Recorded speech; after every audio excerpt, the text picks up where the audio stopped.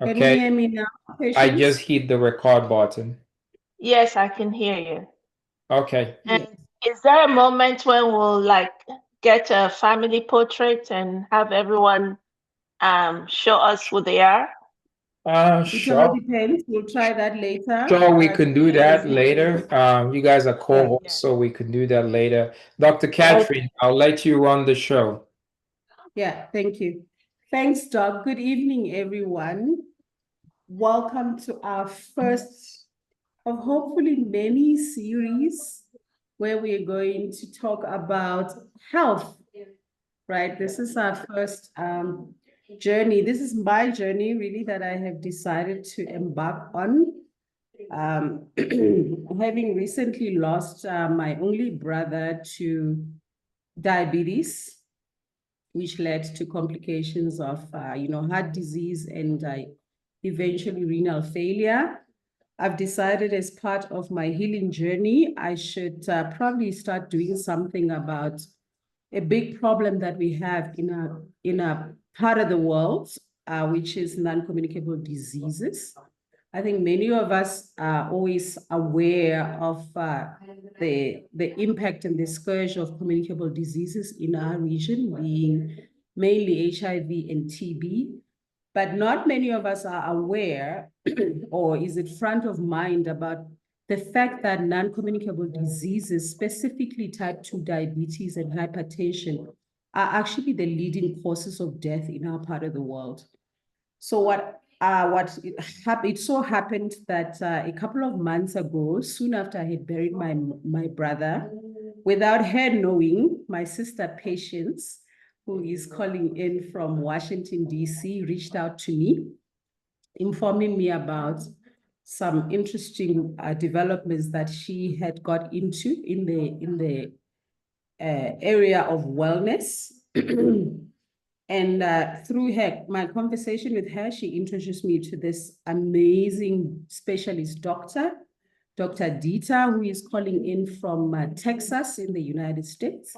Dr. Dieter is a specialist of internal medicine, and he is going to unpack for us tonight how it is that our bodies end up manifesting diseases such as type 2 diabetes, hypertension, and a few others, and how we can work around working with our bodies, especially as we get older, as many of us in the call are, to manage these really, really dangerous health conditions.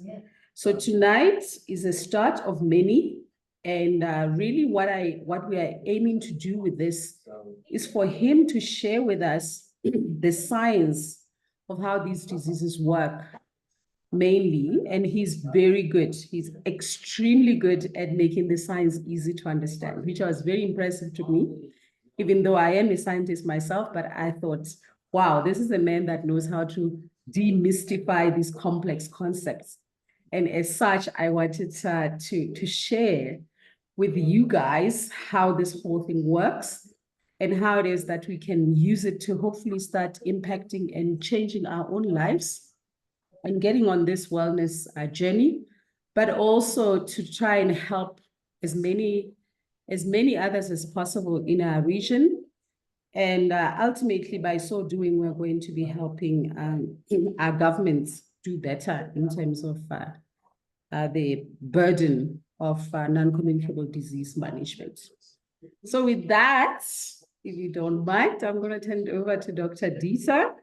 And as he's talking, please use there is a chat button that you can start putting your questions in and comments as we are talking, so that later on we can then take questions. With that, I'll turn it over to you, Doc. Thank you so much. All right. Thank you very, very much, Dr. Catherine, for that introduction. I am going to share my screen with you guys and then start. So give me 1 second.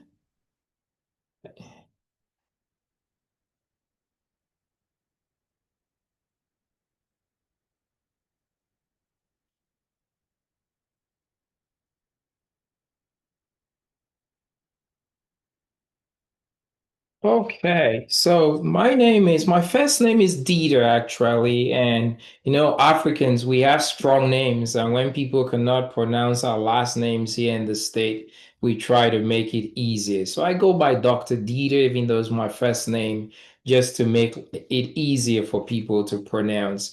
I am a son of the soil from Africa. I am from Cameroon, the country with the longest living president, who was just who was just elected. The 92-year-old turning 93. He's been elected for another 7 years.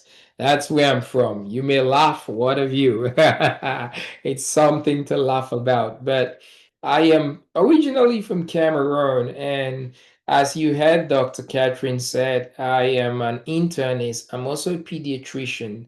So I'm double board certified in this field. And I have recently become very passionate about what we call metabolic health or lifestyle medicine. And I have made it my mission to use my knowledge and my voice to educate as many people as possible about these issues, because the issues that plague us today. I want to start by giving you guys a story. I'll do this a little bit different. There is a Dutch scientist by the name of Dr. Quirijn. He did a lot of work. Some of you may have heard of him, Dr. Quirijn de Mask. He's an infectious disease doctor from the Netherlands who had done a lot of work in Tanzania. So he did a lot of research work in Tanzania. So 20 years ago, he recently came out with a study. He said 20 years ago, in Tanzania, the most common cause of death were the non-communicable diseases that Dr. Catherine spoke about, the malaria, the typhoid, the tuberculosis, the cholera, all of that. Those were the diseases that plagued the common African that caused you most likely to die, infectious diseases. He went back to Tanzania this year to do some work with the university in Tanzania there that he had been collaborating with. And he was very surprised to find out that the most common cause of death now in Tanzania, or the illnesses that people were suffering from, were the diabetes, the high blood pressure, the high cholesterol, the sleep apnea, the arthritis, the rheumatoid arthritis. And he was stunned. And he asked himself this question: what happened 20 years ago when I did research in Tanzania? The diseases that killed people were the infectious diseases. Now, that's not the case. And it's these non-communicable diseases, the strokes, the heart attack, and all of that. And he made an interesting observation. He realized that the people who lived in the city in Tanzania, the city areas, those were the people who had the non-communicable diseases. And the people who lived at the foot of Kilimanjaro, in the rural area, in the village area, those group of people did not have any of these chronic diseases. And he was like, wow, in one country, the same country, in one area, you've seen a huge surge in communicable diseases. In this other area, you're not. And he asked himself, what could be the cause of this? And he answered the question with a premise that it has to be the food. So this is what he did. He decided that he was going to run a 2-week study. So he took people from the city. And took people from the village, and two groups of people. What he did was that he tested the blood of these two groups of people before and after. So he took the people from the city and relocated them to the village.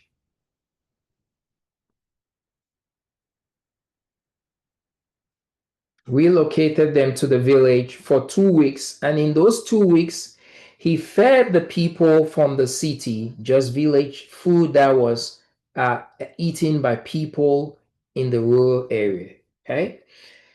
He did the opposite. He took the people from the, so he took these people from the, he took these people from the city and took them to the village and gave them village food for 2 weeks. He took these people from the village, moved them to the city, and the people, he gave these people in the city for 2 weeks just food that was present in the city. So he did that. So for 2 weeks. So what he found after the 2 week study, the people from the people in the city, starting with the city, who he had taken from the city to the village. Initially, he realized their inflammatory levels were this high. This was their level of inflammation before the study. The immune system was up or high. After 2 weeks of the people in the city eating food in the village, when he tested their inflammatory levels had now gone down. After 2 weeks, just eating the food in the rural area for 2 weeks. What happened to these people, the villagers who he took from the village and got to the city and fed them city food for 2 weeks? The opposite thing happened. At the start of the study, these villagers, at the start of the study, their inflammatory levels were low. 2 weeks after feeding them just food that the people in the city in Tanzania eat, 2 weeks after, when he retested them, their inflammatory levels went up to this high. In 2 weeks, guys. And that therein lies the reason why we have non-communicable diseases, that were not, our inflammation drives a good chunk of all the chronic diseases that we face. In 2 weeks, this is what he found. And so I'm going to go into that hugely of how our lifestyles have caused the change from infectious to non-communicable diseases being now in proliferation, even in Africa. So there is now more and more scientific evidence that most of the chronic diseases that we face today come from what we call metabolic dysfunction. For the purpose of this talk, every time you hear metabolic dysfunction, I want you to substitute it for energy shortage, okay? Metabolic dysfunction is just simply a fancy medical term to say energy shortage. So we now have more and more scientific evidence that most of the chronic medical conditions that we face today as a result of energy shortage, metabolic dysfunction, that drives these chronic conditions. And the metabolic dysfunction, the energy shortage, comes from two things. Two components contribute to the energy shortage. One of which we call insulin resistance, and the other one we call microbiome dysfunction or dysbiosis. So insulin resistance, number one, and microbiome dysfunction, number two, result in energy shortage, metabolic dysfunction. That energy shortage then drives all the modern day diseases that we face today. And what I want to do is I want to go ahead and single out each of them. We're going to talk about insulin resistance and how it feeds into the chronic day diseases. And we're going to talk about microbiome dysfunction and how it feeds into the chronic day diseases. So let's start with insulin resistance. What is insulin resistance? First of all, insulin resistance is a fancy term just to say insulin not working well. So also for the purpose of this talk, anytime you hear me say insulin resistance, simplify that in your head to mean insulin not working well. So insulin is, to understand what insulin resistance is important to understand what insulin does in the first place. You see, insulin is a hormone and it's a very, very critical hormone in our body. In fact, insulin is the most important hormone in the body, the most important. I consider insulin to be what we call the CEO of the body. It dictates the smooth structure and functioning of the body. It sits right there at the apex. Okay. And why is that? Because of this important job of insulin. The job of insulin is to do this. Insulin's job is to mobilize glucose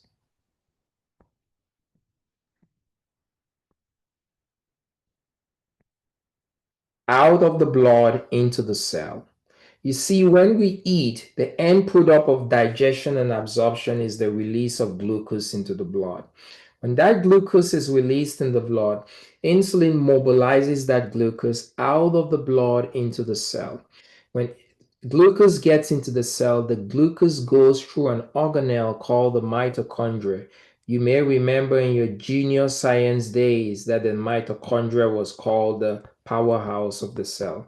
So in the mitochondria, the glucose goes through a complex series of reactions called the electron transport chain, with the result being the production of an energy molecule called ATP. So ATP is just simply an energy molecule. So that's the function of glucose. And every cell in the body requires energy to function. Things don't happen in a vacuum. For a cell to do anything, for the body to work, it needs to pay with the currency of energy. And ATP is that energy molecule. So why then is insulin the most important hormone in the body, or the most important, the CEO? Because without insulin, you cannot make energy. And every cell in the body requires energy to function. If a cell doesn't have the energy that it needs, to function, the cell malfunctions. A simple definition for disease is a group of cells that have malfunctioned. And why did the cell malfunction? Because it lacked energy. So that's why insulin sits critical at the peak, like the CEO of the body, dictating the smooth functioning and structure of the body. Now that you understand what insulin does or why it's important, what then is insulin resistance? Insulin resistance is when there is a breakdown in this process. Anywhere where there is a breakdown in this process of insulin mobilizing glucose out of the cell, out of the blood into the cell, so that energy can be produced. Anywhere where there's a breakdown in that, we say you have insulin resistance. Now, insulin resistance occurs in two ways. It's important to understand this. When you have a breakdown, it's good to understand how the breakdown occurred so that you can figure out how to fix the breakdown. For example, if your car breaks down and you take the car to the mechanic, the very first thing the mechanic does is to try to figure out, okay, how did Dr. Catherine's car break down? What caused the breakdown here?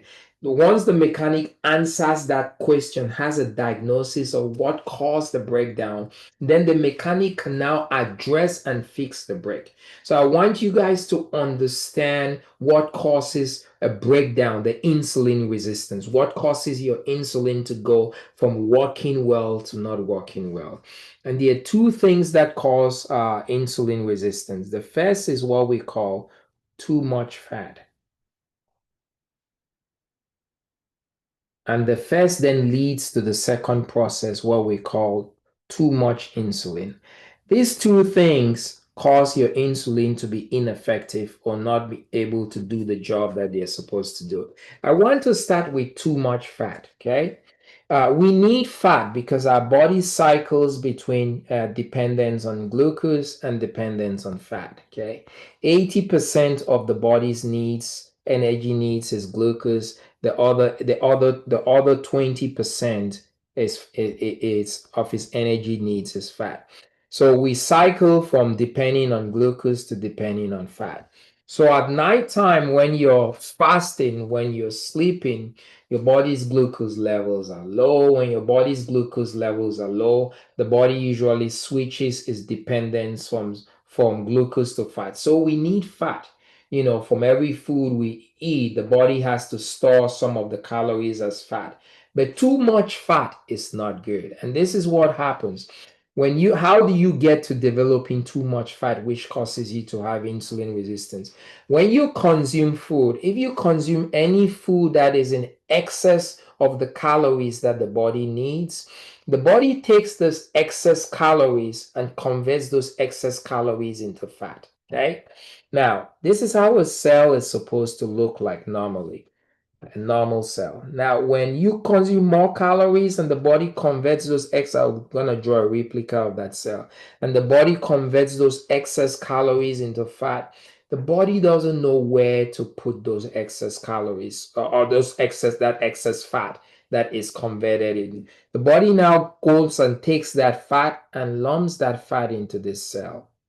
So normally that cell was supposed to look empty, but the cell is now filled with fat.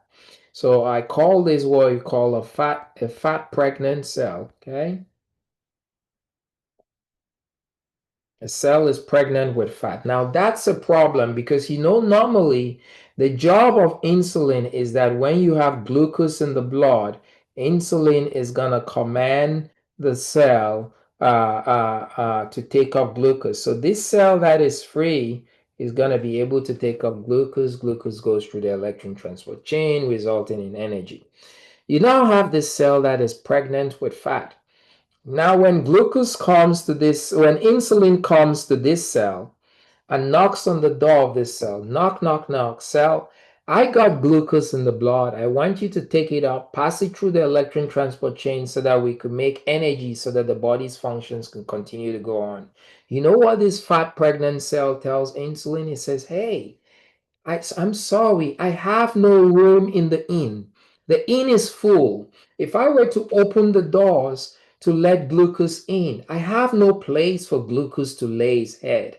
I am filled with fat, you know. So the cell says, I'm sorry, it doesn't let glucose in.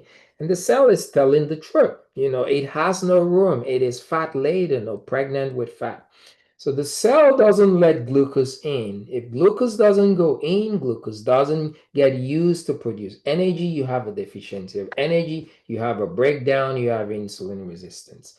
That's what too much calories does. Now, when you have, and what this cell is doing is this cell is trying to protect itself from excess energy. If you imagine, if you've ever eaten too much, you know, I think all of us have experienced that feeling where you're eating way too much and you feel too full. If you have ever eaten too much, when you eat too much, you just feel disgusted with yourself, full. When you're so stuffed, you have eaten too much, the last thing in the world that you're thinking about is bringing in a bite of any other thing. Even if that bite of any other thing is your favorite South African dish or what have you, you're not gonna want to take a bite of that. You feel so full. That's exactly how this fat pregnant cell is feeling. It feels so full that its most favorite food, you know, the favorite food for the cell is glucose. The cell needs glucose to survive. It's its favorite food, but it is so full that it declines to eat its favorite food because it's so full. Why is it its favorite food? Because it needs glucose for glucose to help it produce energy so that it could function. In this case, it says no and doesn't take in even its favorite food. Now, what happens is then that glucose accumulates in the blood, okay? Because the cell has no room. When glucose accumulates in the blood, what happens? I want you guys to understand there is a linear relationship between the concentration of glucose and the amount of insulin that is produced by the pancreas, a one-to-one relationship. When glucose concentration is high, it triggers the pancreas to produce a high amount of insulin. So this glucose cannot enter the cell because this cell is fat laden. Glucose is accumulating in the blood. The accumulation of glucose in the blood now triggers the pancreas to produce too much insulin.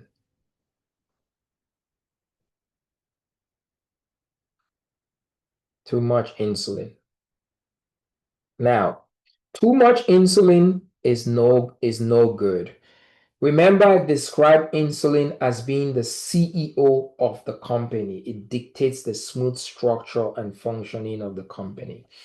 When insulin now becomes too much because glucose concentration is too much, it's like a CEO of a company who is normally supposed to dictate the smooth structure and functioning of the company, who comes into work one day and he has gone crazy. He is, belligerent. He's bullying people, yelling out unreasonable commands, firing people unreasonable. He's being tyrannical and a bully. That's what too much insulin is. Okay. If you have a CEO of a company who was normally level-headed, who dictated the smooth structure and functioning of the company, and one day he comes to work and he has gone crazy. He is rude, he's belligerent, he's bullying, he's dragging people in the hallway saying, "You're gonna do this my way or the highway." What happens is that the employees of that CEO, because of that change in character, lose their respect for their boss. And as an employee, when you lose your respect for your boss, it makes it harder for you to be excited to do what your boss asks you to do. So, for example, if my boss came, if I had a boss who I've lost respect for, and he comes to me and say, "Hey, Dr. Dieter, listen, we got this big project that we need to turn in the next 30 days. Can you get it over the line for me? I've lost my respect for the boss, so I'm not all of a sudden happy, to get to work to doing something for him because I don't got the respect that I used to have for him before. And I don't want to get fired because I have a family to feed. I'm going to do that job to keep do that project to keep my job. But if, let's say, I was the person who usually gives my all, my best, my A game, my A plus performance to a project, because I have lost respect for my boss, instead of giving my best to that project to bring it over the line, I may give that project my B plus performance or my C performance. I do it, but I don't do it wholeheartedly because I've lost respect for the boss. You translate that to the cell. When insulin is high, insulin is being a bully and a tyrant to the cell, yelling at the cell, screaming at the cell, forcing the cell to do what it doesn't want it to do. The cell loses its respect for insulin. When the cell loses its respect for insulin, the cell is less amenable or less excited to do what insulin asks it to do. And the number one thing that insulin asks the cell to do, "Hey, I want you to open your doors yay wide so that I can let glucose into it so that we can make energy." That's the number one thing insulin asks the cell. The cell has now lost its respect for insulin. So when insulin says, "Open your door yay wide," the cell does it reluctantly and opens its door yay wide. Okay? So it does the job, but opens its door yay wide reluctantly. What happens is, because this door is narrower than this door, less glucose comes in through this door than if it was this wide. So if less glucose comes in through this door, it causes more glucose to accumulate behind in the blood. So you have now more glucose accumulating in the blood. That more glucose that accumulates in the blood, it's a trigger for the pancreas to produce even more insulin. Because remember, there is a one-to-one relationship between glucose concentration and insulin production. So even more insulin. Imagine you had a boss that was crazy. You could not stand him. It became crazy. And the boss becomes even more crazy, raises his craziness level to above the head like this. You're going to lose your respect. You're going to lose even more respect for that boss. Okay, so when insulin becomes even more, translate to the cell loses even more respect for insulin. When the cell loses even more respect for insulin, the cell goes from having its door yay wide to yay wide, even more narrower. It causes more glucose to accumulate in the blood, and you have this vicious process. So that's how too much fat and too much insulin result in your insulin not working well. When we say insulin is not working well, it's not able to do its job of glucose getting into the cell so that energy can be produced. And that's what we call insulin resistance, the two ways in which you develop insulin resistance. Now, when you have insulin resistance, it now compromises energy needs in the body and results in disease states. Remember, a disease, the simple definition for a disease is a cell that has malfunctioned. The number one reason why a cell malfunctions is a lack of energy. When you have insulin resistance and you have the lack of energy, ATP, every cell in the body requires energy to function. When the cell doesn't have that energy, it's going to malfunction. I want to take three of these issues and just highlight for the purpose of this example. And this is just a depiction. This slide is just a depiction, of how insulin resistance, insulin not working well results in disease. Unfortunately, this slide is not exhaustive. I cannot find a slide big enough in the world to put in all the chronic diseases that have a link to insulin resistance. So for the purpose of this, I'm going to just highlight a few. We talk about diabetes. I don't want you to hear insulin resistance and just think about diabetes. No, it's more than that. Diabetes is just one symptom. I want you to think about insulin resistance as a root of a tree. When you have a tree, that tree has many leaves, right? Many leaves or many branches. Think about insulin resistance as just think about diabetes as just one of the leaves of the tree. So a lot of people hear insulin and the only thing they think about is diabetes. But no, it's not that. Now, you see this depiction that I showed you here. Diabetes is when you have too much glucose in the blood. So when I explain this, when you have insulin resistance, you have the accumulation of glucose in the blood. That came as a result of this first step, fat being laden in the cell, causing the cell not to be able to take up glucose, and glucose accumulates in the blood. You have way more glucose in the blood than you're supposed to have, it's called diabetes, because your insulin was not working well. Okay. And then that second step of too much insulin worsening the situation and causing a spiral process. So that's insulin resistance resulting in diabetes. Let's talk about cancer. And I want to explain this. About 10 to 30% of cancers are due to bad luck, genetic, totally due to bad luck. The other 70% of cancers come as a result of insulin resistance and dysbiosis, which we'll talk about shortly, gut health. Now, let me explain to you how cancer is linked to insulin resistance. In our body, right, God created us beautifully, and in our bodies, He made checks and balances in our bodies to correct certain things. And one of the corrections we have is a DNA repair system. So our DNA looks like this. It's in what we call a double helix structure. Our DNA looks like this. Okay, a double helix structure. So that's our DNA. In our DNA, there are genes in our DNA that code for the different things that our body needs. There are genes in here.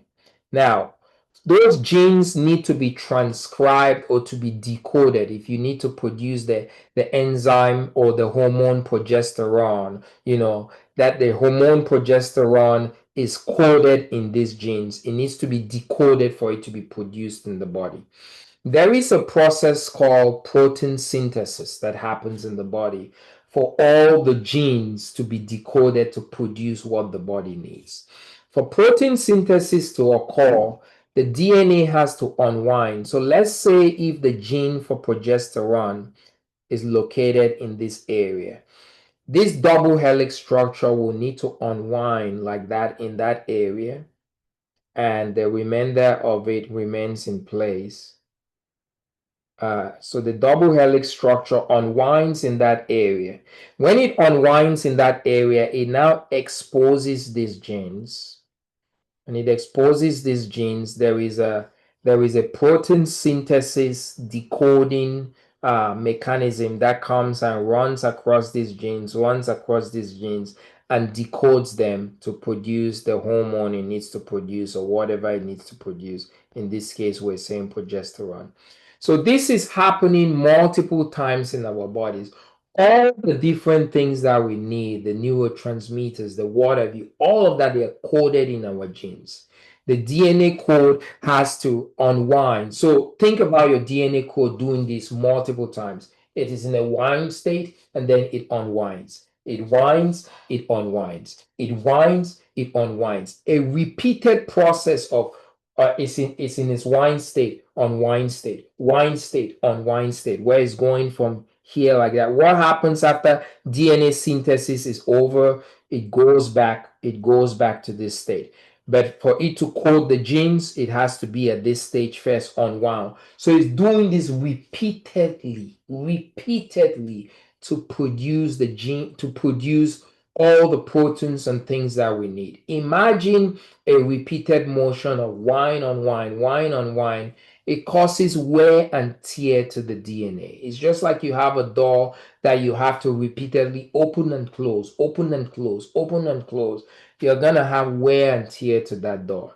So by wear and tear, it means there is mutation of the DNA. Okay, wear and tear causes the DNA to be damaged or mutated. Okay, so if a DNA, let me put this here in red, right here, to show that there's wear and tear in that DNA from just repeated opening and close. What happens is that the body has in place DNA repair mechanisms, that it comes and says, oh, this DNA in this area in red is damaged. Let me repair that DNA. And guess what? DNA repair,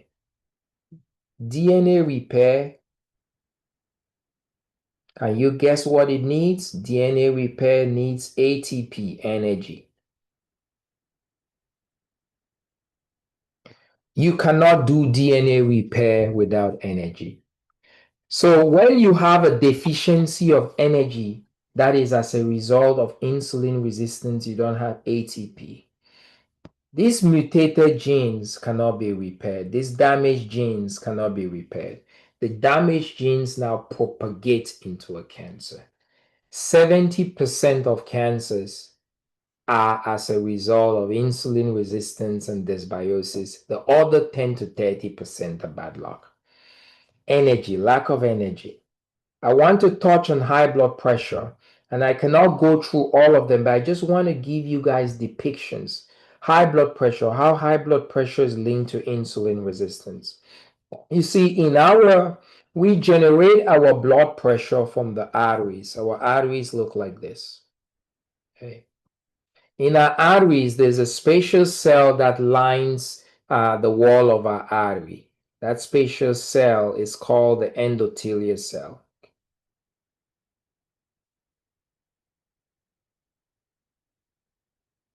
So the endothelial cell, it lines the wall of the artery. Okay. The job of the endothelial cell is to produce a special molecule called nitric oxide. Nitric oxide, when nitric oxide is produced, it goes to the walls of this cell and causes elbow out. Like it pushes so the walls of the artery, and pushes the walls of the artery out like this, elbow out. So it expands, what we call in medicine vasodilation. So when nitric oxide is secreted, it goes to these walls and expands the diameter. So the diameter of the artery now goes from this diameter, when it expands it, to now looking wider like that.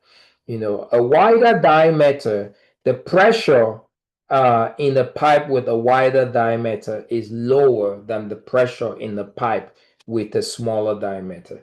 That's what nitric oxide does. And guess what? Nitric oxide is produced by the endothelial cell. And what did I say? Every cell in the body requires energy to function. The endothelial cell requires energy, ATP, to make nitric oxide. So when you have insulin resistance and you have a deficiency of energy, you don't have enough energy to make nitric oxide. So the endothelial cell produces little or no nitric oxide. If the endothelial cell produces little or no nitric oxide is not able to go and do elbow out, to the blood vessels. And the blood vessels will be, in this case, smaller, like this. The diameter of the blood vessels will be smaller. A smaller diameter of a blood vessel is a higher pressure in there.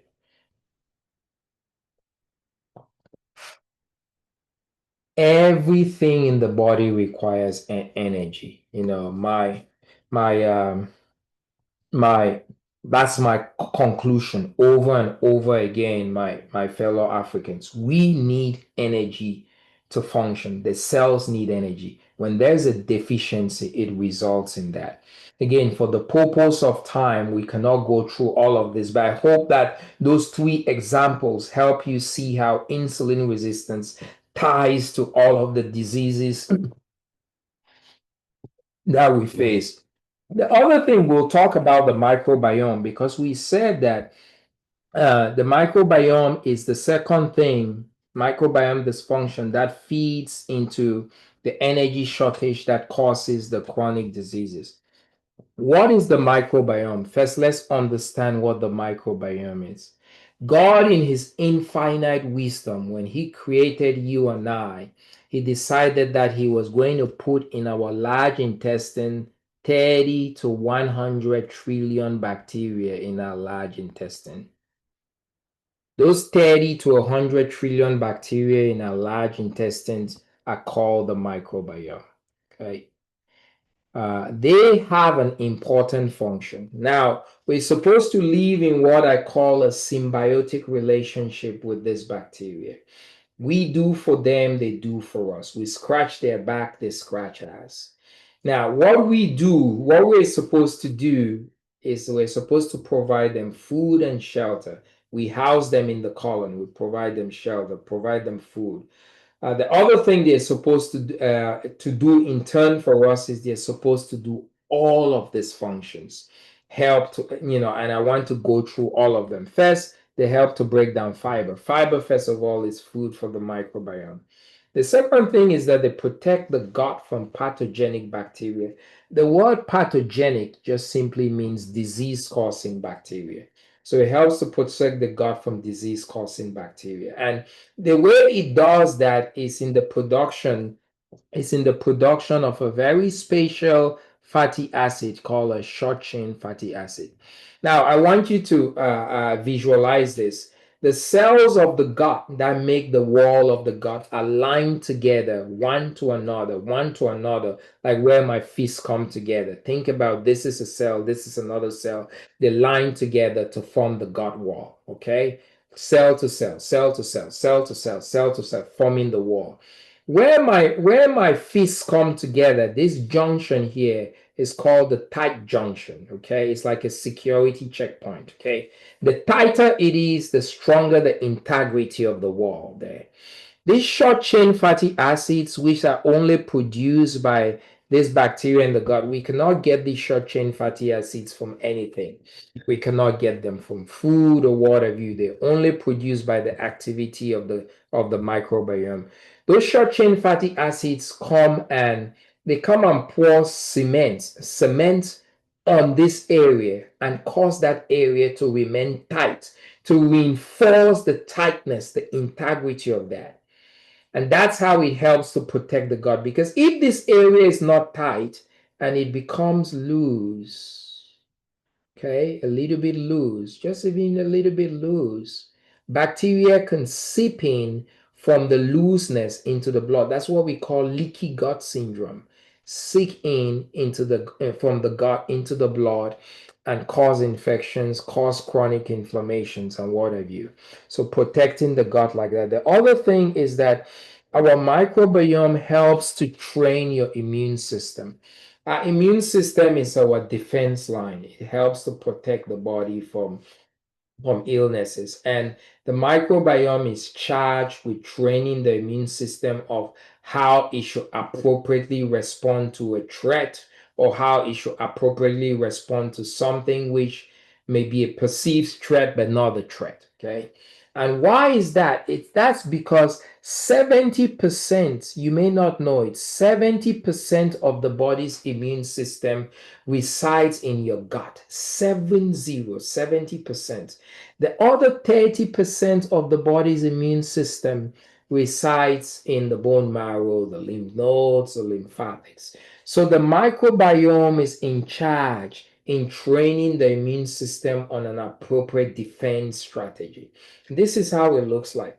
When the microbiome is healthy, what it does is that it trains the immune system in a healthy way to react appropriately. It may say, hey, do you see that bacteria right there? That bacteria right there, he's a bad guy, but he's an easy bacteria to kill. If you just took a rubber gun, with a stone and pulled it and hit it with a rubber gun with a stone, you could kill that bacteria. Just use a rubber gun for that. Hey, do you see that other bacteria? He's a little bit of a tougher nut to crack. If you use just a stone on this bacteria, you'll not kill him. This bacteria, you need a handgun. You need to shoot him with a bullet, with a handgun, and to take him out. Then he will say to the immune system, do you see that other guy right there? And the immune system is struggling to look. He said, what guy are you talking about? I don't see him. He said, look well, that guy right there. The immune system is still struggling. What guy? I don't see. Look very well. Say, the reason you cannot see that guy right there is that he's in camouflage. That guy right there who is in camouflage, be careful. He may look like the enemy, but he's not the enemy. He's just in camouflage, doing some reconnaissance work for us. He's part of the body's cells. Please don't attack him. Don't shoot him. So the immune system is made to recognize somebody in camouflage who is the body's cells, not as the enemy, and doesn't attack it. That's when the immune system is trained in a healthy way, when your gut is healthy. When your gut is unhealthy, it trains the immune system to be hyper reactive. It's ready to shoot first and ask questions later. It causes the immune system to have an overkill reaction. So for example, there's a bacteria there, the immune system, the microbiome tells the immune system, you see that bacteria right there? He's a bad dude. You could simply take him out with a stone, though, and a simple rubber gun with a stone. But why use a stone when he's a bad guy? He needs to die anyway. Let's just use a bullet. Let's use a gun, a handgun, and blow him off. So an overkill, too much inflammation that, it's not necessary. A stone would have taken that bacteria out, but the immune system has been told by the microbiome to deploy a bullet. Another example, you see that guy right there, he's a bad dude. He needs to die or he's gonna cause you trouble. This guy he can die with a single bullet, but he's a bad guy. Why use a single bullet on him? You got an AK-47 here. Let's spray him with some multiple bullets. He needs to die anyway, right? He's a bad guy. So why not, finish him up in style? Don't use just a single bullet. An overkill. A bacteria that could die with a single bullet, it sprays it with an AK-47. Hyper reactive. The other thing it tells the immune system is, hey, do you see that guy right there? I think he may be in camouflage. When I see camouflage, it may be an enemy trying to camouflage so I don't see him, or it may be, part of our camp. But you know what? I don't know whether this is an enemy or a friend in camouflage. I don't have time to decide. Let's just blow his head off. We'll take him to the autopsy table and decide whether he was the enemy or whether he was a friend. So the immune system is trained to shoot the person in camouflage first and ask questions later. If that person in camouflage is part of your camp, your body cells, the immune system has been trained. Just blow his head off. We'll deal with it at the autopsy table. And therein lies how you have autoimmune diseases when the immune system has been trained in an unhealthy way by an unhealthy gut to attack the body cells. And the last thing is that the microbiome helps in the synthesis of vitamin B and vitamin K. Now, when your gut is not healthy, you have what we call dysbiosis or microbiome dysfunction. Let me explain what dysbiosis is. Dysbiosis is a situation where there is an imbalance in the microbial population. You see, the bacteria in the gut live in a 50-50% population. 50% of the bacteria are what you call bad bacteria, and the other 50% of the bacteria are what you call good bacteria. We say you have dysbiosis or microbiome dysfunction when there is an imbalance in that population. They say the bad bacteria proliferate and now become 80% at the expense of the good bacteria, now that become 20%. Okay. When you have that, we say you have dysbiosis, an imbalance. Normally, those bacteria should be 50-50%, to keep each other in check. What causes dysbiosis? What causes this imbalance? The imbalance comes as a result of shortage of food. You see, the food for the microbiome is fiber.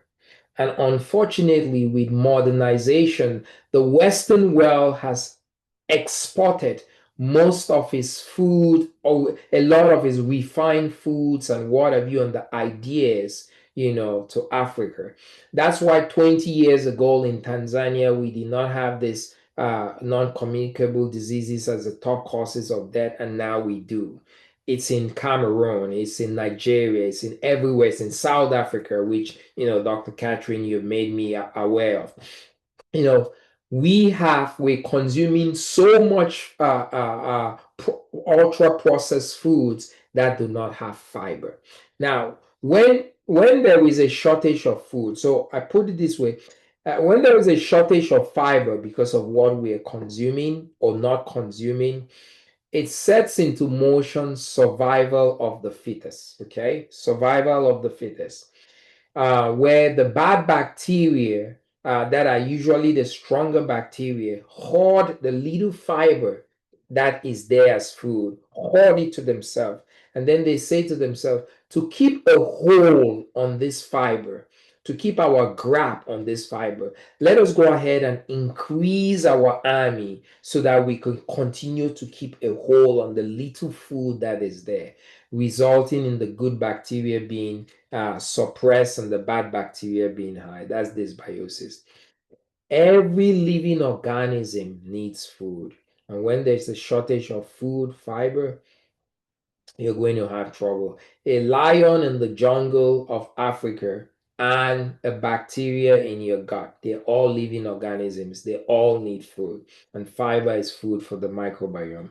When we do not consume enough fiber, it results in that survival of the fittest and causes this lopsided microbial population, which we call dysbiosis. When you have dysbiosis, an imbalanced gut, it causes you to have a slew of illnesses. And again, I want to caution that this slide is not exhaustive. It's only a depiction of some of the diseases we have as a result of the lack of fiber. Now, you see on here, lupus is an autoimmune disease. It comes from the microbiome. It comes from the microbiome attacking the body cells. Hashimoto disease, autoimmune disease. Celiac, an autoimmune disease. This MS is multiple sclerosis, an autoimmune disease. Colon cancer linked to dysbiosis as well as insulin resistance. So many, and I want to highlight even type 2 diabetes linked to a poor gut. I want to highlight anxiety and depression. Did you guys know, my fellow Africans, that not all anxiety and depression is as a result of maybe your boyfriend broke up with you or stress or this and that or what have you? No, A good chunk of anxiety and depression comes from the gut. Why is that? You may be surprised to find that out. But let me explain to you how your gut can cause you to be depressed or to be anxious. There is a neurotransmitter called serotonin. That neurotransmitter is called the happy hormone, or some people call it a hormone. It helps to maintain our mood, cause us to be happy. 90% of that hormone, 90% of that hormone is produced in the gut. 90%. The other 10% of that hormone is produced in the central nervous system. So if your gut is unhealthy, let's say you have a factory and the name of that factory, or you have an industry, the name of that industry is called serotonin. And that industry, has two factories, one factory that makes 90% of their product, the other factory that makes 10%. And they send the product to the market, and the name of the market is called happiness and mood. Okay. If the factory that produces 90% of the product goes out and it's not working, it cannot send to the market its 90%, to maintain happiness and mood. You get anxiety, you get depression. When the gut is unhealthy, you can get anxiety and depression.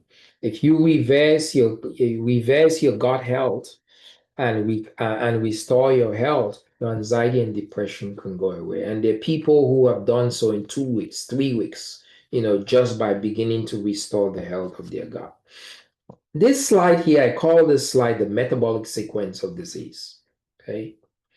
It starts with insulin resistance and dysbiosis, which leads to metabolic dysfunction. So this is a fire. A fire starts right here.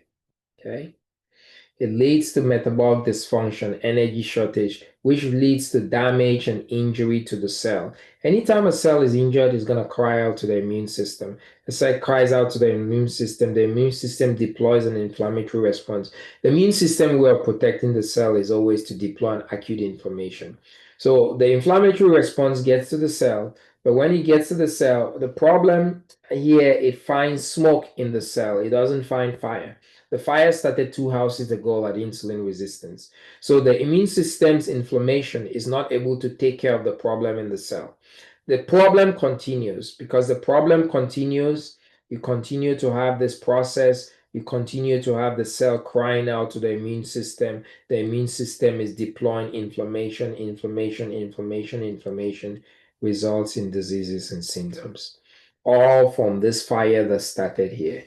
So the problem, solving the fire is what will address the issue. But the immune system doesn't understand that the fire is not in the cell. The fire is 2 blocks away, and you continue to have those issues. Now, all of these may sound bleak, this modern day diseases, as insulin resistance, but there is light at the end of the tunnel. There is hope.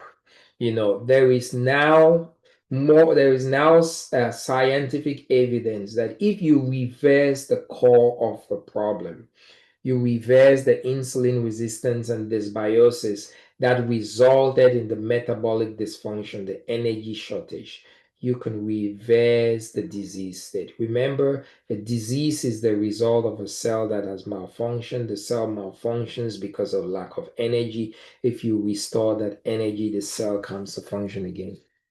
Just as I told you guys at the start of this, 100 years ago, our ancestors did not have these problems we are facing. We don't even need to go back to 100 years, because we talk about 20 years ago in Tanzania, the research, and you guys could attest to the same thing happening in South Africa. It's because the pattern of life was not the same. How you ate and what have you.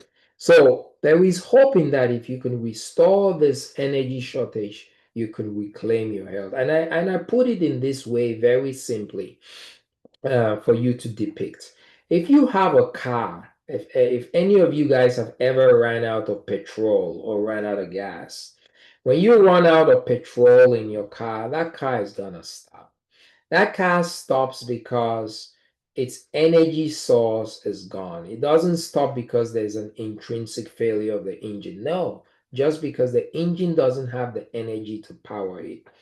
If you are if you go to a gas station, you buy gas in a gallon, buy petrol in a gallon, and come back to your car on the road and put petrol back in that car. That car, when you sit down back in the driver's seat and turn on the ignition, you hear the beautiful jing, jing. The car roars back to life again because you have given it back its energy. Its energy was what it needed to fuel the engine. Now that the car has the energy, it starts to work again. It is so simple but so profound. So it is with the body. When you restore the energy shortage that led to the diseases, those diseases disappear. Diabetes goes poof, gone. High blood pressure goes poof, gone.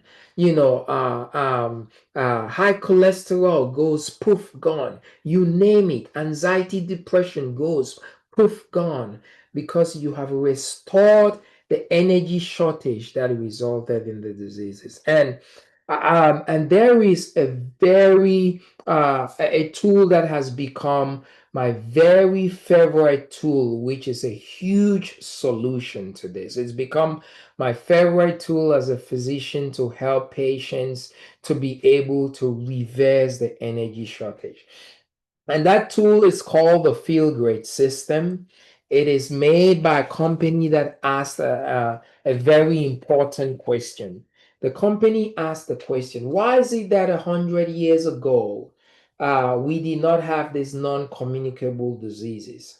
And now these non-communicable diseases are rampant. What was it about 100 years ago, 90 years ago, what have you, that our ancestors did not have these diseases, and right now we do?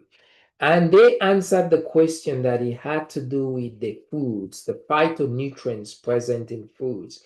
And so this health company asked the question, what if we could then, go back, look at the phytonutrients that our ancestors were consuming that helped to maintain energy, help to keep your insulin working well, and help to cause your gut to work well. What if we can do those things, get those nutrients and just package them very simply into a nutraceutical to give people to just consume while you're inundated with the processed foods and all of that? And that's how these two health products were born. They're called nutraceuticals, made 100% from plants. The word ceutical in it means that it has therapeutic benefits, that are far outweigh the nutritional benefits. So it's not medication, but stuff that is a nutraceutic made 100% from plant. And I want to talk about each of them. We'll start with the Unimate. The Unimate is a nutraceutical. I have it right here in my hand. It's a nutraceutical made from a plant that is native to South America, Brazil, Colombia, Argentina. And the name of the plant is called the yerba mate plant. The yerba mate plant. This plant is very rich in a special phytonutrient called chlorogenic acid. Chlorogenic acid is what we call a polyphenol, okay? Now, this is a very important phytonutrient. This because it helps to reverse insulin resistance. These two products go to reverse insulin resistance and reverse dysbiosis. Let's talk about how the Unimate goes to reverse insulin resistance. If you remember, the way you develop insulin resistance, firstly, was you had this cell, that was filled with fat. And when the cell was filled with fat, when insulin came knocking at the door, the fat pregnant cell said, I'm sorry, I have no room. If I bring glucose in, it has no place to lay its head, and glucose accumulated in the blood,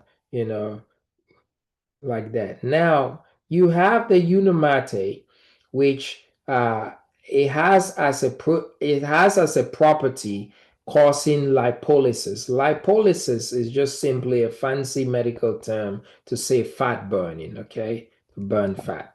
So when you consume the Unimate, because of the property, the chlorogenic acid causes lipolysis, which is a polyphenol. You consume the Unimate, what happens is that that cell that is pregnant with fat, fat burning begins to occur, and that cell maybe transforms to looking like this. It still has some fat in it, but doesn't have as much fat, and you now have a lot of this space that glucose can enter the cell.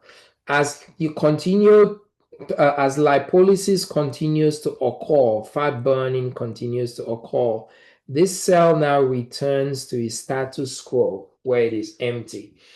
When this cell is empty now, there's all this room in the cell now for glucose to get into the cell. Glucose now gets into the cell, gets fed through the electron transport chain, with the result being the production of energy. So by Unimate causing you to have lipolysis, fat burning, you're causing this fat pregnant cell to now go back to its status quo, where it could now receive glucose and make energy. So that's how the Unimate does that. Now, because it does that, it reverses the second way in which we develop insulin resistance, which was too much insulin. Okay, remember when insulin was too much, it was like your boss that had gone crazy that the employees no longer respect. So you have a scenario like this first. Now that there is all this space in the cell and glucose is able to get into the cell, the concentration of glucose in the blood goes down. When the concentration of glucose in the blood goes down, a message is sent to the pancreas to say, hey, we no longer need as much insulin. So why don't you go to now producing a low amount of insulin, low insulin. So a low insulin now is like a boss of a company who had raised his craziness level this high. He comes to work one day, he gathers all the employees and says, hey guys, listen, I am very sorry. With a contrite heart, says, I am very sorry. For the last 2 months, I've been a bad boss. I've been unreasonable. I've been, unkind. I've, taken actions that have not been right. And is contrite and humble and said, please, will you all forgive me? I'm sorry for having hurt you guys in these last 2 ways, in the way I acted. I ask for your forgiveness. If a boss does that, the employees are first of all very shocked at that humility, and they're taken by that humility. And when they're taken by that humility, their reflex immediately is to forgive their boss. When they forgive their boss, they gain respect back for their boss. And when they gain respect back for their boss, if their boss tells them jump, they say how high. They're ready to do whatever their boss says. Translate that to the cell. When insulin now becomes low, the insulin has gone to the cell and says, I am sorry, I have been, unkind to you and harsh. Please forgive me. The cell regains its respect back for insulin. When the cell regains its respect back for insulin, when insulin asks the cell, open your doors way wide so that I can let glucose in, the cell is excited. It opens its doors way wide. All that glucose that was, accumulating in the cell, gets into the accumulating in the blood, gets into the cell, and you make ATP. And that happens because of reversing the first step. So that's what the Unimate does, because it helps to promote fat burning lipolysis. Now, so that helps to reverse insulin resistance. The other product in the Feel-Great system is this product called the Balance. Balance is just simply fiber. Remember I said that fiber is food for the microbiome. Fiber also helps to reverse insulin resistance, okay? When we consume enough fiber, it triggers the body to go into lipolysis. So exactly the same way that Unamate reverses insulin resistance, fiber is going to do exactly the same thing to get your insulin working well again. But there's another thing that fiber does, which is beautiful. You know that fiber helps to decrease our glycemic index. That means that fiber helps to decrease your glucose spikes. If you eat something, what fiber does is that it slows the transit of food through the colon, slowing absorption of carbohydrates. So if food was supposed to move through the colon by this speed, that fast, fiber causes food to move through the colon by this speed. The fast transit of food through the colon without fiber results in fast absorption. Fast absorption results in the fast release of glucose into the blood. You don't want that. The slow transit of food through the colon results in slow absorption. Slow absorption results in the slow release of glucose in the blood. That's what you want. Let me explain. Can you give me, Dr. Catherine, can you tell me a dish in South Africa, and unmute your mic, that is rich in carbohydrates that people like? Let me use as an example. That would be pap, which is a staple food. Pap. It's Okay. almost like your cassava that Okay. is made from maize. Okay. Wonderful. Pap. Okay. Pap, So yeah. let's say you and I want to eat. Let's say you and I feel like eating pap. Okay. And we both order a plate of pap, or we go to a restaurant, or maybe we're sitting in our grandmother's home or what have you, a meal, and we both have a plate of pap in front of us. So that's you and that's me, okay? And you're very hungry. You take your plate of pap and you eat your plate of pap, which is high in carbohydrates. Your blood sugar is going to do this and that. And that spike in your blood sugar may be a blood sugar of 180.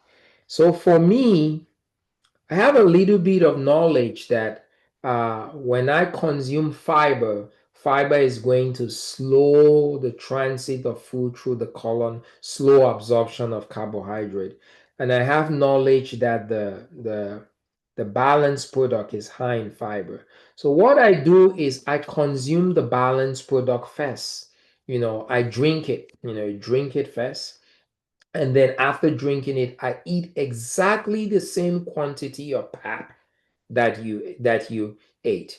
Exactly the same quantity. My blood sugar is going to do this. And my blood sugar may be 90. You and I have eaten exactly the same quantity of pap. But because fiber has cushioned my blood sugar and hasn't cushioned yours, you have a blood sugar of 180, I have a blood sugar of 90. What are the implications of that? Because there's a one-to-one relationship between glucose concentration and insulin production. Because you have produced, your blood sugar has gone up to 180, your pancreas is going to have to produce a commensurate higher amount of insulin to deal with that blood sugar of 180. So for you, your pancreas may produce 20 units of insulin. Okay. For me, my pancreas will produce a commensurate lower amount of insulin to deal with the blood sugar of 90. And for me, my pancreas will produce 5 units of insulin. Guys, ladies, think of high insulin, right, as the crazy boss. When you have 20 units of insulin, think of it as the crazy boss that the employees lose their respect for, right? Less likely to obey the employee. Think of low insulin, 5 units of insulin, as the humble boss, the humble CEO that the employees have respect for. That's the implication of what fiber does to your glycemic profile, your insulin sensitivity, or your insulin resistance. The other thing is that when you produce more insulin, you're going to gain more calories. Insulin is what we call an anabolic hormone. It causes things to proliferate, causes you to store calories. So because you have produced 20 units of insulin, maybe from that plate of pap, you may gain 900 calories from that plate of pap. But for me, because I produced 5 units of insulin from that same plate of pap, I may only gain 300 calories. Isn't that wild? You and I ate the same quantity of pap, but you have gained 900 calories. I've gained 300 calories. You're more insulin resistant with a crazy boss, and more insulin sensitive with a humble boss. Those are the implications of fiber on insulin resistance. The last thing is that fiber is food for the microbiome.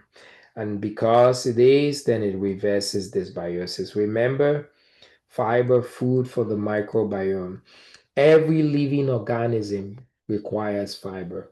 A lion in the jungle in Africa to a bacteria in your gut. Every living organism requires food. A lion in the jungle of Africa to a bacteria in your gut needs food. The food for your microbiome is fiber. You know how much fiber our ancestors ate? If you go back for 40, if you go back 50 years ago, 80 years ago, our ancestors consumed about 80 to 90 grams of fiber a day. Okay. It's estimated that in Africa, the average person in Africa is probably consuming about 20 to 30 grams. About 20 to 30 grams. Our ancestors consumed about 80 to 90 grams a day. So those are the implications. Now, when you reverse the dysbiosis, so that is how the Unamate and the balance, which are nutraceuticals, go to the root cause to reverse the root cause, how the breakdown occurs. And when you reverse the root cause, you reverse the energy shortages, those diseases go away. And so I say that this nutraceutical called the Feel Great system, it is hope.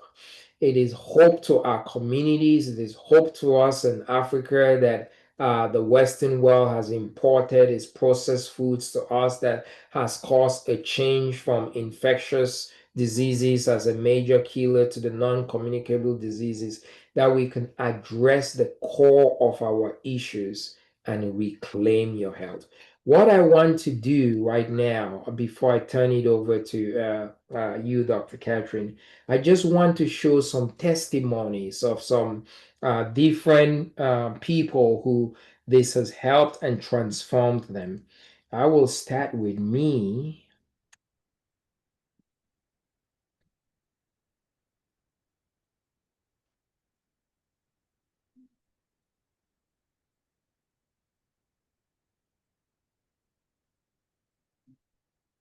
Okay. So first, this is a picture of me in 2019. I was overweight. I was obese. I had pre-diabetes. Okay. And I heard about, as a doctor, I was like, I cannot be a doctor and at the same time not be healthy, trying to tell people to be healthy. So I did some things for myself. I decided that I need to do a change. And so I learned about the science of intermittent fasting.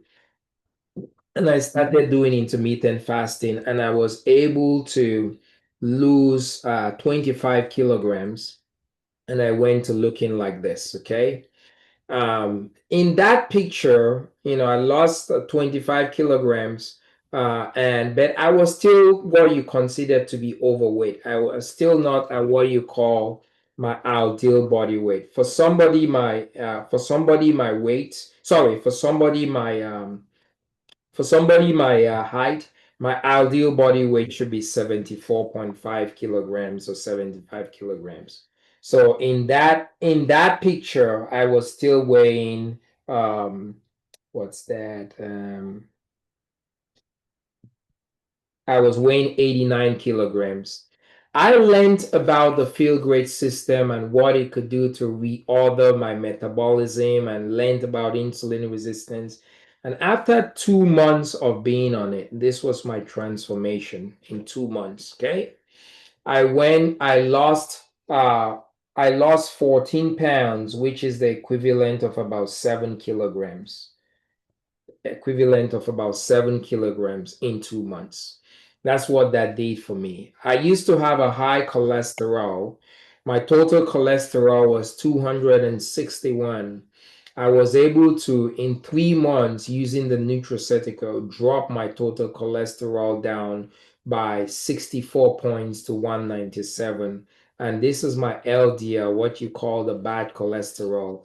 It was 207. I was able to drop it down to 138 in a space of 2 months. This is a picture of my twin sister. My twin sister still lives in Cameroon. She struggled with infertility, PCOS, and with weight. When I learned about this, I sent this to her to help her. This was a period of 2 months. She told me she lost 26 pounds, which is the equivalent of 11 kilograms. So in 2 months, my twin sister lost 11 kilograms. This is not just about weight. I want to show you. This is a nurse who was pre-diabetic. Her A1C was 14, and using the nutraceutical was able to go down to an A1C of 5.9. This is a friend of mine, Festus. Festus had sleep apnea. Sleep apnea is the result of metabolic dysfunction. He had sleep apnea for 12 years. In 12 years, he had to wear a mask all the time to sleep. In 3 months of using the products I talked about, he reversed his sleep apnea and no longer has sleep apnea. This is Jonathan. Jonathan lost 50 pounds. I don't want you to hear this and just think only about weight. Weight is just one of the issues, one of the symptoms. Remember, I talked about the root of the tree and many leaves. Weight is just one of the leaves. Jonathan used to have psoriasis, which is an autoimmune disease that covered the whole of his back. In a space of 2 months while being on this, Jonathan reversed his psoriasis, no longer has psoriasis again because he was able to restore his gut health. This lady had lupus, rheumatoid arthritis, diabetes. She was able to reverse all of that and is off all medicines. This is somebody's before and after. They had diabetes, high blood pressure, sleep apnea, high cholesterol. This is a friend of mine, Angelita. Angelita suffered from anxiety and depression, and she had been on medications for over 20 years for anxiety and depression. In 2 weeks of using the nutraceutical, she was able to start feeling good and is no longer on medicines for anxiety and depression in 2 weeks. Right?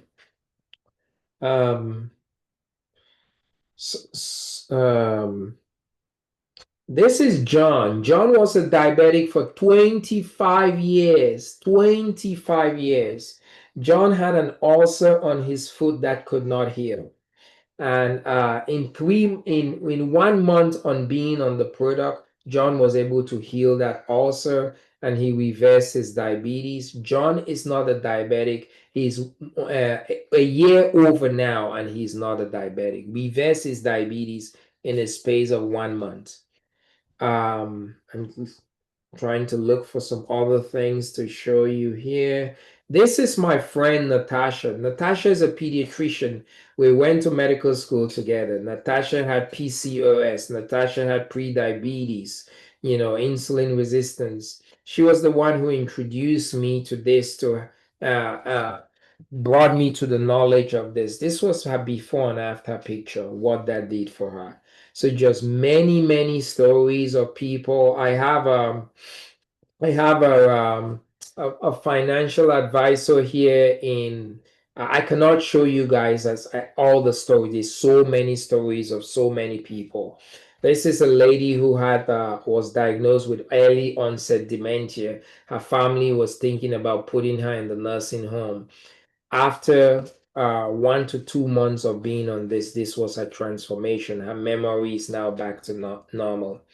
um the people who I have been able to get off blood pressure medicines. I have patients I've been working with who were on 2 blood pressure medicines. They're no longer on blood pressure medicines.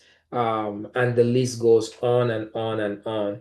And what it is coming back to this, reversing the insulin resistance, the core of the problem that now causes a reversal of the issue. So I'm going to end there, and then I'm going to turn over.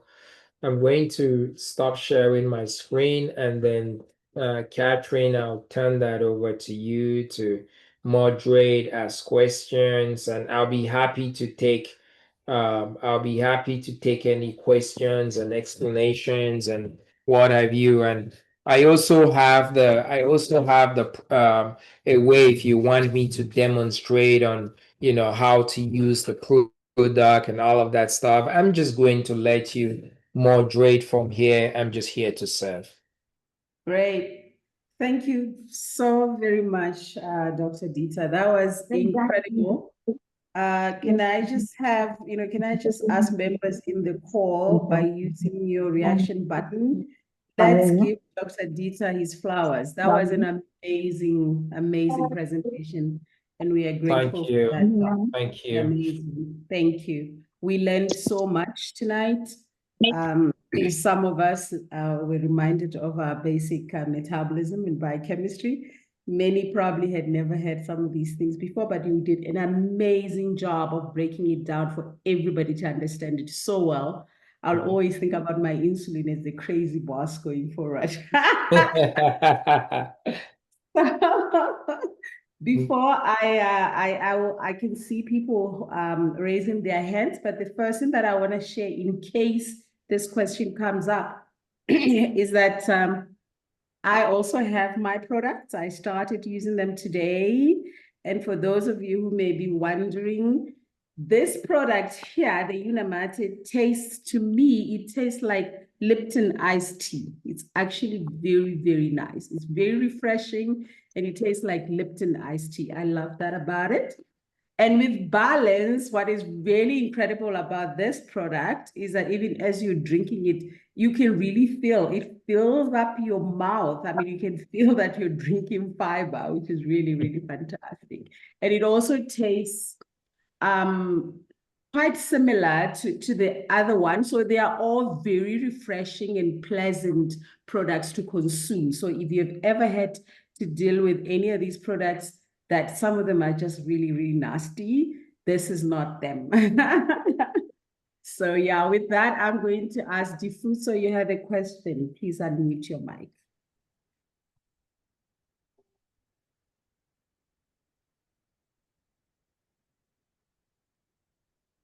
Oh, thank you so much, Catherine. And thank you so much, Dr. Dieter. This has really been very, very interesting. And I think as Catherine is saying, that this reminded her of the basics that she was taught in her background. And as I said, I've recently had graduated with a diploma in health coaching. And the main thing that they were telling us there was the blood sugar balancing, to be able to manage those spikes. And I found this very simple and easy to understand. But I just wanted to find out if this product will need local regulations, because we have an institution in the country that regulates health products when they come and in the country to be used so that they're safe for use in human beings. Thank you. Yeah, I'm going to answer that question very sparingly, and I will defer. And Catherine, you may want to add. So, the product, the company that makes the product works with the government of South Africa to be able to have it approved. So this product is already available in South Africa, and I want to assume, I want to assume that all the regulatory processes, were done before the South African government gave the thumbs up for this company to market the product. That's what I want to assume. I I am just passionate about the science of the product. It's not so much about the company's workings or what have you. Here in the States, the product is a third party tested for carcinogens and what have you. I am looking at the product as a physician, from a physician standpoint, what it is able to help me do to restore the lives of people. And it has just been so fascinating for me. I had a patient who was a diabetic who came to me he was on 24 units of insulin daily. I was able to subsequently bring his A1C down from 12 to 7, take him off insulin. He used to have neuropathy for a long time. He sent me a text message one day to say, "Doc, for the last 3 weeks, I have not felt the symptom of neuropathy. I've forgotten how neuropathy feels." So for me, I'm coming, to this as a doctor, and not so much from the industry side. But I want to answer your question in this sense that I think that the due diligence has been done, or else the product will not be available in South Africa. I'm just making an assumption. Thank you. Yeah.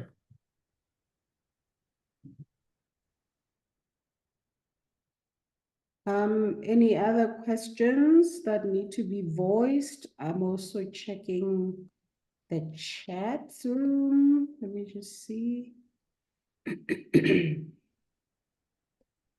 Please go ahead and just take the mic and shout out anything that you would like to talk about. So there is a question here about the cost of the product. So the product in South Africa is currently retailing at 3,400 Rand, and that is shipped to you. That is what you would pay for this is a month's shipment or a month's supply. And it comes like this, and it has your mixing bottle, which is quite fancy and nice. So that is what we're dealing with. Because it is a US-based company, so a lot of their products, for everything, for your full pack, Medifoods. So it is a US-based company, so we are dealing with exchange rate issues, but at the moment, the Rand is doing quite well. I think the issue tonight was really for us to focus on the science of this. Yeah. As Dr. Dieter, you did an amazing job, and that's what I needed you to do. The rest of these conversations around costings and logistics and all those other things, we are here, and we are here to deal with that. Where in South Africa can you find the full pack? The pack will be delivered to you. So when you order it, you are able to get it shipped to you, which is really, really nice. I know that we have our colleagues signing in here from Zambia, Lesotho, Malawi. I think with those people, we would have to organize getting product to us here in South Africa first, and then we'll find ways. We are Africans. We know how to navigate. Find ways, yeah. I see a hand from Alice. Alice, A26, please take the mic. Thank you, ma'am. Yes. Good evening, Dr. Good evening, Alice. Dieter. Yes. Yeah, very, very informative. You made this very, very easy to understand. Sorry to interrupt. Alice is in Tanzania. I think, this is amazing. Alice is my where? friend. I'm so grateful you managed to log in. Alice is in Tanzania, guys, and this is really great because they've had yes. internet. So, oh, my friend, I'm so glad you're here. Wonderful. Yes, the internet is not so good. So I thought, so my video is not on. Yeah, it's on and off. So I'm really, really happy to hear about insulin resistance. I know I have high blood pressure, and yes, I'm on medication. I have tried intermittent fasting. Well, it worked sometimes. Now it's like you're off again. Really, I really want to try this. And my question was, how do I get it to Tanzania? Okay. And then the other one for me is, how long do you use it for? Do you use it for? Yeah, thank you. Okay. The question of how you get it to Tanzania, I'll let Dr. Catherine work with the logistics with you. The second question of how long do you use it? I answer that question in two ways to people. This is how I answer it. Food is medicine, and just like food is medicine, food can be poison. Our ancestors, hundreds of years ago, ate the right foods every day that caused their insulin to work well, their gut to work well. So what I tell people, the first answer I gave is, if food is medicine and you need to eat food every day, why not budget to eat the right food every day? So for me personally, I have made a conscious decision, me, my wife, my children, we have this budget that as part of our food budget, every month. So I take this every day to live in a preventive mode. Okay. Now, to sum up, so that's how the first way I'll answer that question. The best thing is to look at it as food. You need food every day. Why not eat the right food every day so that you be healthy? The second thing I say is that for somebody who, if who for the purpose of cost may not be able to afford 3,500 or whatever it is rand every month. So let's say you have a metabolic dysfunction, in the sense of your high blood pressure, what have you, and this takes you from this situation where you have metabolic dysfunction, high blood pressure, to this situation now where you no longer have metabolic dysfunction and high blood pressure. Great. If for the purpose of cost and what have you, you're not able to, continue that. What I recommend to somebody like that, if you're going to get off for the purpose of cost, you need to, going forward, eat a specialized healthy diet going forward for the rest of your life to maintain that. And it could be done because our ancestors did that every day seamlessly, because that's what the foods were available for them. So if you're able to, from this disease state to disease free, and you cannot continue to afford the cost, if you stop that, you need to really have a strict diet that you're avoiding the ultra processed foods, eating the rice foods going forward to maintain your insulin and your gut working well. If you can do that discipline, going forward, that energy shortage is not going to come back. But it's a hard thing to do, and if you're interested in that, I run a clinic here. I give patients two options. I actually have a lifestyle document that I tell patients, this is what you can do. This is step by step. These are the things that you can do, to be able to simulate the health that our ancestors had. You have to eat this. You have to not eat this. You have to do. It could be done. It's just more, that takes much more. So that's how I answer both of those that question in those two ways. Okay. Thank you, No, Doc. thank you very much. I think you have answered the question for the heart guide as well, because he or she was asking about whether, what happens, how long do you have to take the product? There's another question here coming from Cecilia, my favorite cousin. So she wants to know, she understands you explained very well how the product helps with people with high blood pressure. But how about the opposite, people with low blood pressure? Can that help? Can the product help them? So is it symptomatic low blood pressure or asymptomatic low blood pressure? Symptomatic. Okay, what are I need to know more to be able to answer that question. The reason I ask that, right? I need to know more what the symptoms are when the blood pressure is low, what have you. Because that gives me guidance on how to answer that question. Okay, Doc. There are I think many people, I think okay. we can take Are you that talking about offline. anemia or Anemia. Okay. I'm glad I asked. So it depends on what the cause of your anemia is. So the answer is yes, depending on if the cause of your anemia is tied to your gut. Okay. If the cause of your anemia is tied to your gut or tied to insulin resistance, absolutely. Let me explain. Insulin resistance, number one.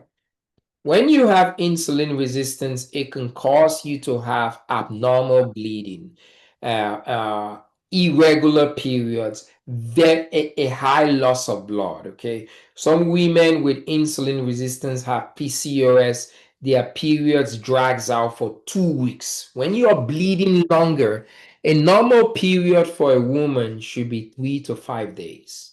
Okay, when you bleed longer because you have insulin resistance, you lose blood, right? When you lose blood, you become anemic. So if the cause of the anemia is because of disordered bleeding, and disordered bleeding comes from insulin resistance, when the insulin resistance is cured and reversed, your disordered bleeding will go away. When your disordered bleeding goes away, you don't bleed for a long time, that helps your anemia, okay? Yeah. So that's it. And that's one way in which if your anemia is related to, insulin resistance, then this will cause it to improve. Absolutely. The other thing is your gut. Your gut has a big role in absorption. Okay, we need iron. We need iron to be able to make hemoglobin. Iron is important in making hemoglobin, making blood. When you have a disordered gut, when you have a gut that is not healthy, absorption cannot take place rightly because your gut is not healthy. We absorb the iron that we need from our foods to make hemoglobin from the gut. So if your gut is not healthy and you have a disordered absorption, you don't absorb the amount of iron that you need to absorb from the food to make hemoglobin, you will become anemic. So if it is related to your gut and related to insulin resistance, yes, it will help to reverse those processes. Great. That was an amazing response. Doc, we are learning so much. And before I take the next hand, I just want to emphasize, how grateful we are to you for this. Because, in this part of the world, Doc, one of the problems I think I've always been upset about is that honestly, doctors do not spend much time explaining things to us. We go It's the into same thing in America, by the way. So, we really honor you and appreciate you so much for this. Yeah. Next hand is the heart guide. And guys, you must know, this guy is super expensive. He's a specialist in internal medicine. And here you have him for free for 2 whole hours. That's amazing. So you all owe me a cup of tea. Thank you. The heart guide, please take the mic. Oh, it's you. Look at her. This is my little sister.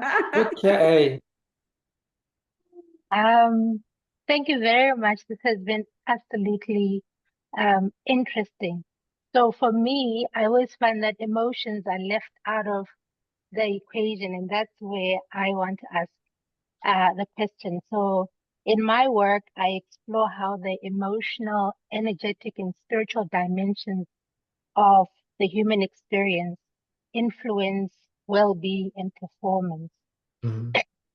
And I often witness how shifts in emotion or energy precedes changes in the body. Drawing from the insights of my favorite book, Your Body Speaks Your Mind, I'm curious if emotions and biology are in constant dialogue. How might medicine evolve to treat not only the symptoms, but also the emotional terrain that feeds it? Yeah, that's a good question, and I don't know whether um I'll be able to answer that as with expertise, because I feel like a little bit of that, I may not be able to speak to, but I see where you are going. I do think that um, um, the diseases have a whole complex force facet to them. It's not just one thing.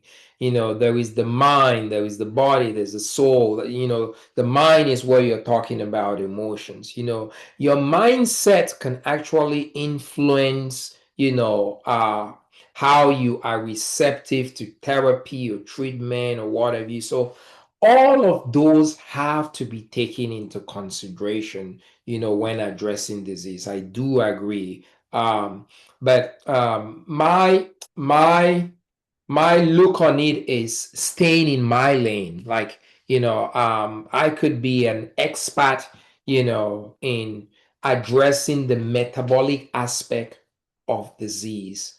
Yes, putting in consideration that you may want to address a patient's metabolic aspect, but if you're not conversant of their mindset, they may fail. So I do think that there is utility in seeing the person as a whole, because you may have a fabulous solution for a patient, which may help. But standing in the way of that fabulous solution is their mindset. And if you cannot, address the mindset, the emotional part of it, what good is this fabulous solution? So I do think that there is importance to merging those two. I do. Thank you. Great. Thank you, Doc. As we are bringing it to the close, the next speaker is Dr. Thato, a very, very good friend and sister, and I want to acknowledge her.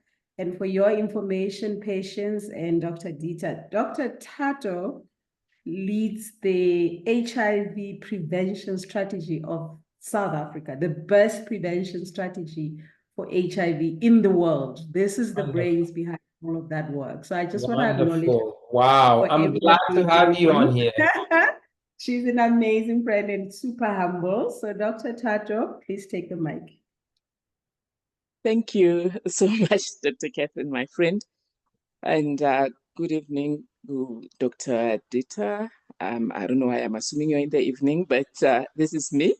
I'm going to turn off this just now, just to preserve my bandwidth. So I think my first question you have already answered. That would be on the cholesterol. And then at some point you mentioned sleep apnea. Mhm. And I think my network got a bit unstable and I didn't get very well what you said about sleep apnea.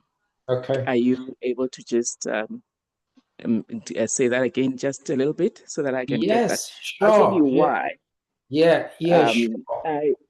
I have a daughter who is 20, and there was a diagnosis of just a minor level of apnea, but they said she doesn't need treatment as yet. I think she cuts about, they said 14 times when we went to the sleep clinic, Uh-huh. but it's not all the time. So we're not sure what triggers it. And because she's not on treatment, I think my interest is on this natural product Mhm. because it's always better to go natural. So yeah, that's why Yeah. I'm more interested in this. Thank you. Thank you, Dr. Tato. Thank you for I'm honored to have you be on here. And I will say it like this. So sleep apnea is the result of metabolic dysfunction coming hugely from insulin resistance and inflammation. And the inflammation, the inflammation comes as a result of insulin resistance as well as gut dysbiosis, and the two feed on each other. So insulin resistance causes you to have inflammation, and the inflammation that you have is a trigger for causing you to have sleep apnea, and then dysbiosis by itself also causes you to have inflammation. So when you have insulin resistance and dysbiosis, it goes and causes the insulin resistance causes hypertrophy. Insulin is an anabolic hormone. When insulin is high, it's gonna cause things to grow and big. Some people with insulin resistance have skin tags. Skin tags are hypertrophy of the skin because insulin is going high. Your airway, when you have insulin resistance, one of the things it does, it causes hypertrophy of your adenoids, your airway, and causes your airway to be bigger than it's supposed to be. So if, let's say, your airway is supposed to be, let me say, this small, and to each other like this, with insulin resistance, it is bigger. When it's bigger, a bigger airway, a bigger adenoid is occupying more space in your throat than it's supposed to, kind of shrinking, the passage of air. So insulin resistance causes hyperproliferation of tissues. And one of the hyperproliferated tissues that it causes are the tissues in the airway, causing them to become big, obstructing the airway, causing you to have sleep apnea. And dysbiosis further exacerbates that by causing inflammation. When the airway is inflamed, there's more irritation in the airway, also contributes to that sleep apnea. So by reversing the insulin resistance, the hypertrophied, the airway that has become hypertrophy shrinks. And when it shrinks, there is now more air. Instead, when it shrinks, if it's, let's say, if it was this big and you had a narrow airway like this, if it shrinks, just imagine my fist shrinking, the airway becomes back to where it's supposed to be. You're restoring flow. Insulin resistance causing hypertrophy of the airway tissues. That's how you have sleep apnea. Thank you. Fantastic. In closing, Doc, I'm going to close with a very, very special guest tonight. He is also a doctor like you, a specialist anesthetist. Wonderful. One of the best, like a super specialist in South Africa. So he knows about airways a lot. What I was just talking about. Don't be intimidated. So he's asking a question. His name is Dr. Lapale. He's asking a question. Mind-blowing talk, he says. What is the gastric transit time of the product? I think he started to think his potential use in his line of work. How we are going when we go into, in for surgery, we're always told kneel by mouth for so many hours and blah, blah, blah. I don't know that, but I could find, and we're talking about the gastric time mainly for the fiber, really, because it slows that down. I would say, in all honesty, I don't have a hard number of what that is. I don't know. I could find out. Yeah. That's fantastic. Well, colleagues, if I could just, I'm seeing a lot of comments all around. Everybody has totally appreciated this conversation. There are 2 hours. Dr. Dieter have been super amazing. I am so excited to have decided to embark on this journey. I think we will have many more like these. Those of you who are in this call, please remember, next time we have the next one. Invite as many of your friends and colleagues and family as you can. It's open mic for everyone. It's all about us learning and getting well and better and living better lives and healthier lives. I want to once again acknowledge each and every one of you from wherever you are signing in. The guys in East Africa, it's already 10 in the evening at night. Really appreciate you, Alice. You're an amazing friend. All of you here in South Africa, Lesotho, Botswana, Eswatini, amazing, amazing. My colleagues, my sister patients in Washington, D.C., I honor you, sis. I honor you. Thank you very much for helping me embark on this new journey. And Dr. Dieter, hats off, my brother. Good luck. you. Have fun in Orlando. I think you're going to Orlando tomorrow. Is that okay? Is that correct? That's Have a correct. great conference and enjoy it. We look forward to the next one, sir. Really do. All right. Thank you Amazing. so much. And Dr. Catherine, I'm going to make this video available to you so that you can share it with anyone. Thank you. Thank you All so, right. so much. Anyone who has questions about getting the product and the next sessions or whatever, please talk to the person who invited you to this call tonight, and they will be able to circle back to me, and we'll be able to get the product to you as soon as we can. Thank you right. so much. Thank you all so much. Bye Good bye. night. Okay. Bye-bye. Thank you Bye. to everyone. Bye bye. Bye. Goodbye. Bye.